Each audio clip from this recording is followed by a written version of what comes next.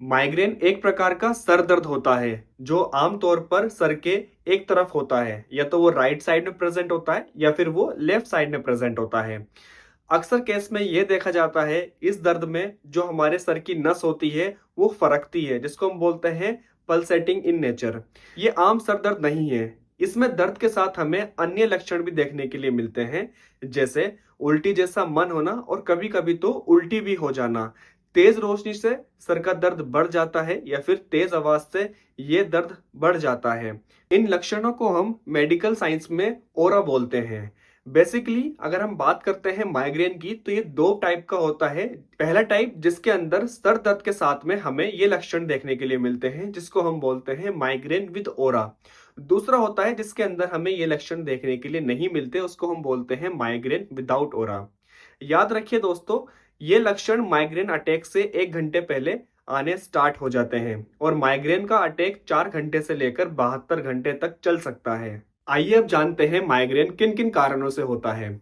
तो medical science में इसको हम बोलते हैं ट्रिगर फैक्टर।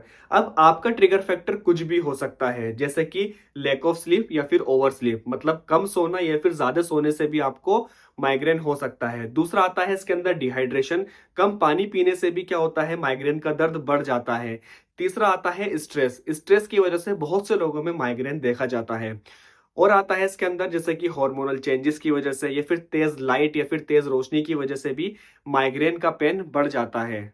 और भी फैक्टर्स हो सकते हैं, कोई सर्टेन परफ्यूम्स हो सकते हैं, कोई पोलन हो सकता है। आपको आपका ट्रिगर पहचानना ही आधे इलाज का हिस्सा होता है। माइग्रेन एक न्यूरोलॉजिकल कंडीशन है। इसमें ब्रेन के अंदर केमिकल और ब्लड वेसल्स बदलते रहते हैं, जिसकी वजह से पेन पाथवे एक्टिवेट हो जाता है। यह मेंटल वीकनेस नहीं है और ना ही ये ड्रामा है। यह एक रियल मेडिकल डिसऑर्डर है जिसको पहचानना और उसको ठीक करना बहुत ज्यादा जरूरी है। आइए अब जानते हैं 3 ऐसे कदम जिससे हम माइग्रेन से बिल्कुल छुटकारा पा सकते हैं। तो पहला आता है इसके अंदर अवॉइड ट्रिगर। अपना ट्रिगर पहचानो और उसको अवॉइड करो। देखो तुम इसमें से क्या चीज कर रहे हो। जैसे या तो तुम कम स्लीप ले रहे हो या फिर ओवर स्लीप ले रहे हो, या हो सकता है तुम पानी कम पी रहे हो। मोस्टली स्ट्रेस और पानी की कमी से माइग्रेन देखा जाता है। दूसरा आता है इसके अंदर मेडिकेशन। अगर आपका माइग्रेन का अटैक 4 से 72 घंटे तक बना रहता है तो आपको नजदीकी फिजिशियन से जरूर कंसल्ट करना चाहिए। तीसरा आता है इसके अंदर lifestyle. Yoga, breathing exercise, cold compression और डार्क रूम में रेस्ट करना। ये देखा गया है कि बहुत लोगों के अंदर ऐसा करने से सिम्टम्स कम हो जाते हैं। माइग्रेन उन दर्दों में से है जो दिखाई नहीं देता है, लेकिन जिसको होता है